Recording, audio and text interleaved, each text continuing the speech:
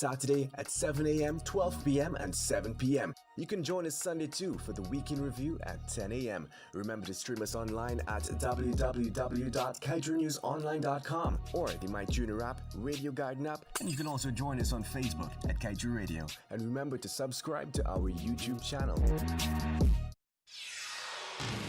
This is the news on top of the hour. Live from our studio in Georgetown. Kaieteur Radio, 99.1 FM. Good evening. Happy New Year's to you from myself and the entire Kaieteur Radio's news team. We hope that this will be a happy and a prosperous 2021. I am Kevin Smith. Let's get to the news in detail. When the PPPC assumed office about 5 months ago, we had published a list of 20 things the new government must do to set the oil industry on the right path. A path that would allow the nation to build its capabilities to properly govern and monetize the resources. High on that list was the creation of a depletion policy. Now, in simple terms, this strategy would say how fast or how slow Guyana must extract its oil resources. Several local, regional, and international stakeholders have appealed for the nation to have a policy that slows the aggressive rate of extraction by ExxonMobil. Otherwise, the country would be left extremely overwhelmed and on a dangerous path. Now, taking this into account, Vice President Dr. Bharat Jagdeo was asked on November 2020 during one of his press conferences to state the government's interest in implementing a policy that would slow the rate of extraction. At that time, the Vice President, did not give any commitment or guarantee that the government would be inclined to walk that route. Jagdeo did state, however, that his personal view is that there should be aggressive oil production. Weeks later, Guyanese who have yet to be consulted on this critical matter would learn that Jagdeo's personal position has become the bedrock of what the PPPC's depletion policy for the nation would be.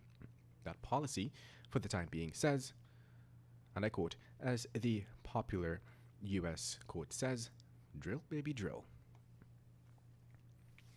And now let's tell you, the Guyana's Production Sharing Agreement, or PSA, with ExxonMobil's subsidiary, ESSO, is notoriously lax in the regulatory strength it gives to Guyana and offers extremely generous terms to the supermajor and its Stabroek Block partners. From its fiscal terms, former Energy Director Dr. Mark Bino had said that Guyana should expect about $300 million from its sale of its crude in 2020.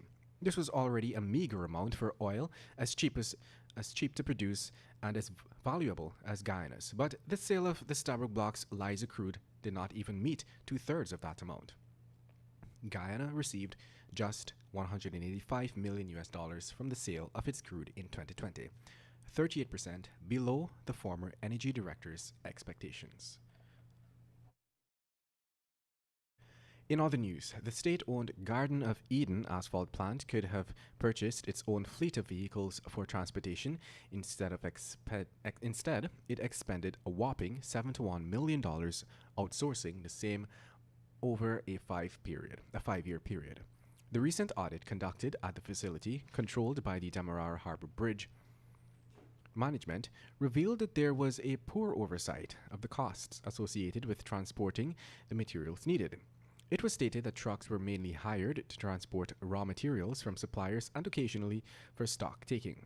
The report outlined too that trucks were not hired to move material during the production process. In 2015, the plant expended $19,489,491 on transportation alone. And now let's tell you, just a day before the new year broke, a 58-year-old man lost his life after he was chopped to the head and reportedly beaten. Dead is Arjunan Andiapan, a laborer of Calabash Creek, East Berbice. The incident occurred at Wallace Street. We were told that the suspect has since turned himself over to the police and that his mother is also in custody for allegedly stashing the murder weapon.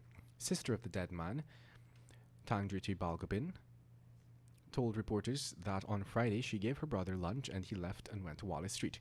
While he was heading back, he stopped to speak with a man on a motorcycle and some guys. It was while he was speaking to the men that the suspect rushed out from his yard just to give him a chop to the head and a lash, because the police said he has multiple injuries to his head. The sister went on to say that she was informed she went to the location. The sister said she went to the location where her brother was, and there she saw him with wounds to his head and blood streaming down. In other news, NIS today announced that it will be reopening its offices from Monday. The offices had closed for several months due to the COVID-19 pandemic, restricting pensioners and others to limited walk-in access. A new board of directors under Chief Executive Officer of the Institute of Private Enterprise Development, Ramesh Prasad, has been constituted and instructed by the Senior Minister of Finance, Dr. Rashni Singh, to turn things around. Meanwhile, while the general manager of the Demerara Harbour Bridge, Ralston Adams, presented himself with a bracelet worth a whopping $897,000, other staffers received gifts worth $10,000. The occasion was International Men's Day in 2019.